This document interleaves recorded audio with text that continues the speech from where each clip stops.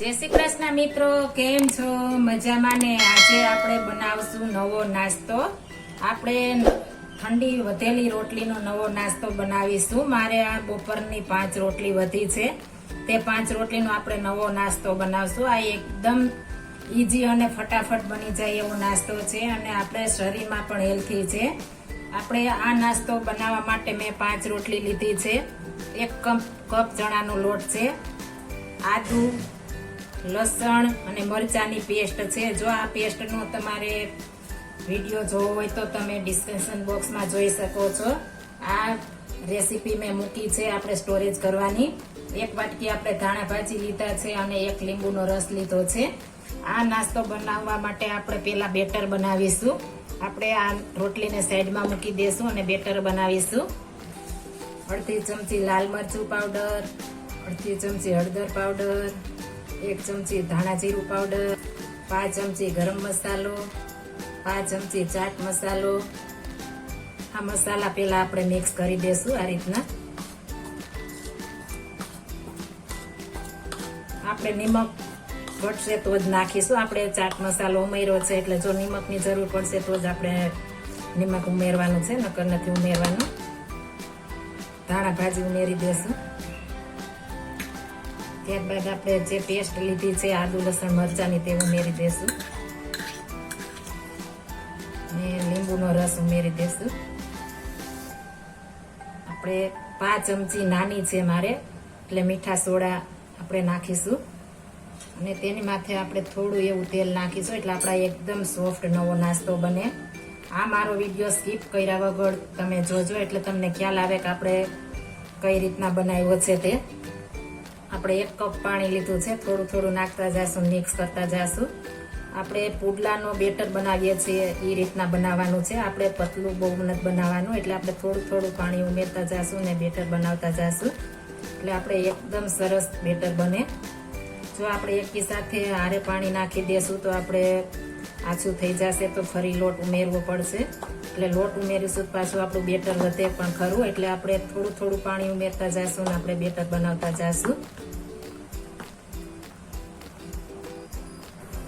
આપણું બેટર મસ્ત મજાનું તૈયાર થઈ ગયું છે, તમે જોઈ શકો છો. આ રીતના આપણે કન્સિસ્ટન્સ રાખવાની છે. આ રીતના આપણે ચમચા વડે પડે એ રીતના આપણે બનાવવાનું છે. આપણે 1 કપ ચણાનો લોટ લીધો તો 1 કપમાં આપણે આટલું પાણી વધ્યું છે એટલે જે આપણા ચણાના લોટ ઉપર આધાર છે.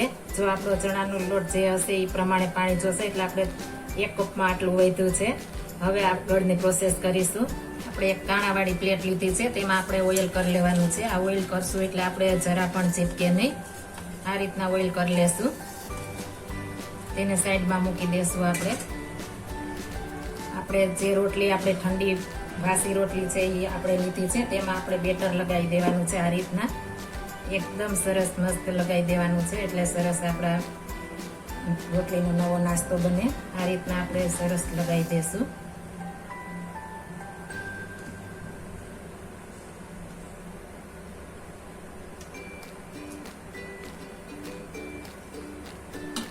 હવે તેને આ રીતના આપણે રાઉન્ડ વાળી લેવાના છે. ધીમે આ રીતના આપણું બેટર નીકળે ને એ રીતના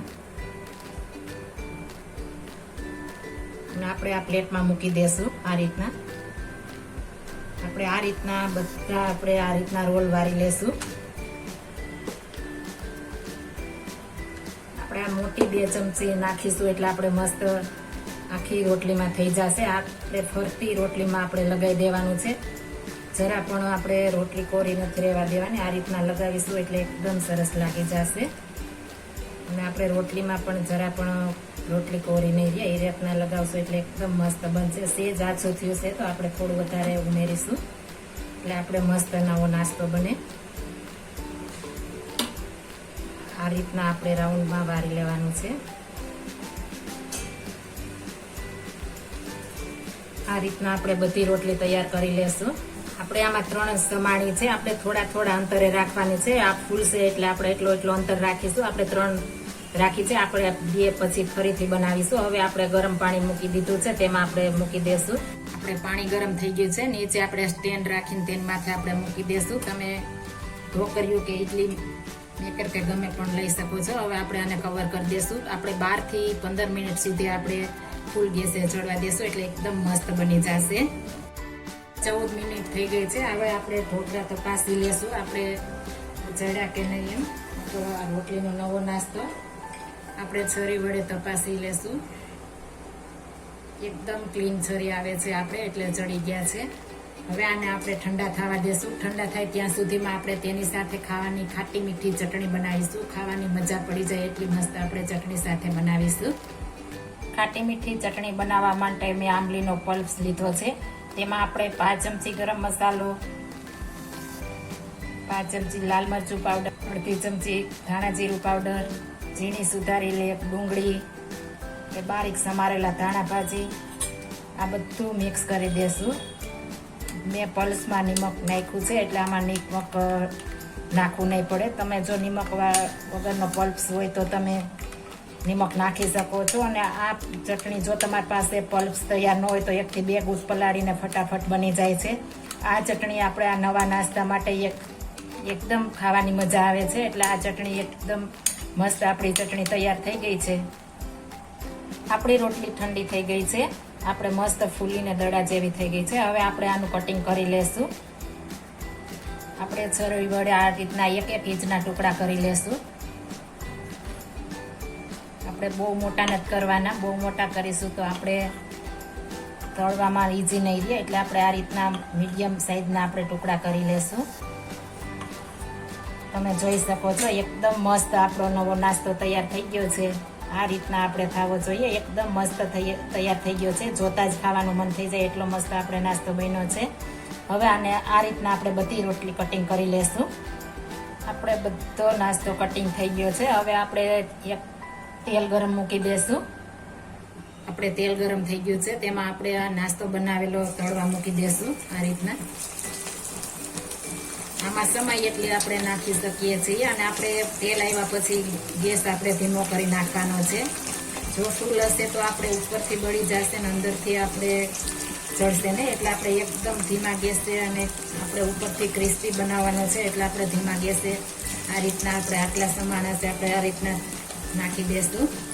આપણે હમણાં એને અડવાના નથી. આપણે થોડા બ્રાઉન કલર થાય ત્યારબાદ આપણે સાઈડ પલટાવવાની છે. આપણે બ્રાઉન કલર થવા લાગ્યો છે. હવે આપણે આ રીતના એક કરીને સાઈડ પલટાવી લેશું. આપણે જેમ ધીમા ગેસે ચડશે તેમ ઉપરથી ક્રિસ્પી ને અંદરથી એકદમ સોફ્ટ બનશે. એટલે આપણે ધીમા ગેસ ઉપર જ ચોળવવાનો છે. આપણે 3 થી 4 મિનિટ તળશું ત્યાં એકદમ મસ્ત આપણે તળાઈ જશે સરસ ધીમા ગેસે. આપણે મસ્ત બ્રાઉન કલરના થઈ ગયા છે. હવે આપણે બહાર કાઢી લેશું. તમે જોઈ શકો છો એકદમ ક્રિસ્પી આપણે બની ગયા છે. એક પ્લેટમાં કાઢી લેશું. આ રીતના આપણે બધા તળી લેશું.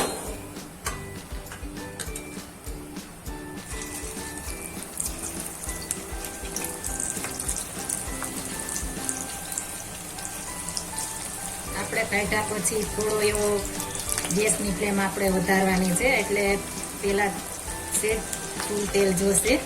જો આપણે થોડું ધીમું હશે તો વળી પાછું આપણે તેલ જળી જશે. એટલા માટે આપણે થોડું ફૂલ ગેસ રાખીશું. ત્યારબાદ આપણે પાછો ધીમો કરી નાખીશું. હવે આપણે ગેસની ફ્લેમ ધીમી કરી નાખીશું. આ રીતના આપણે બધા તળી લેશું. આપણે રોટલીનો નવો નાસ્તો બનીને તૈયાર થઈ ગયો છે. એકદમ મસ્ત આપણે તૈયાર થઈ ગયો છે. ઉપરથી એકદમ ક્રિસ્પી અને અંદરથી એકદમ સોફ્ટ એવો આપણો નાસ્તો બનીને તૈયાર થઈ ગયો છે. આ આપણે ખાટી મીઠી ચટણી સાથે ખાવાની એકદમ મજા આવે છે. જો આ મારી રેસીપી પસંદ આવી હોય તો મારી ચેનલ લાઈક, શેર અને સબસ્ક્રાઈબ કરી દેજો. ફરી મળીશું નવી રેસીપી લઈને. જય શ્રી કૃષ્ણ.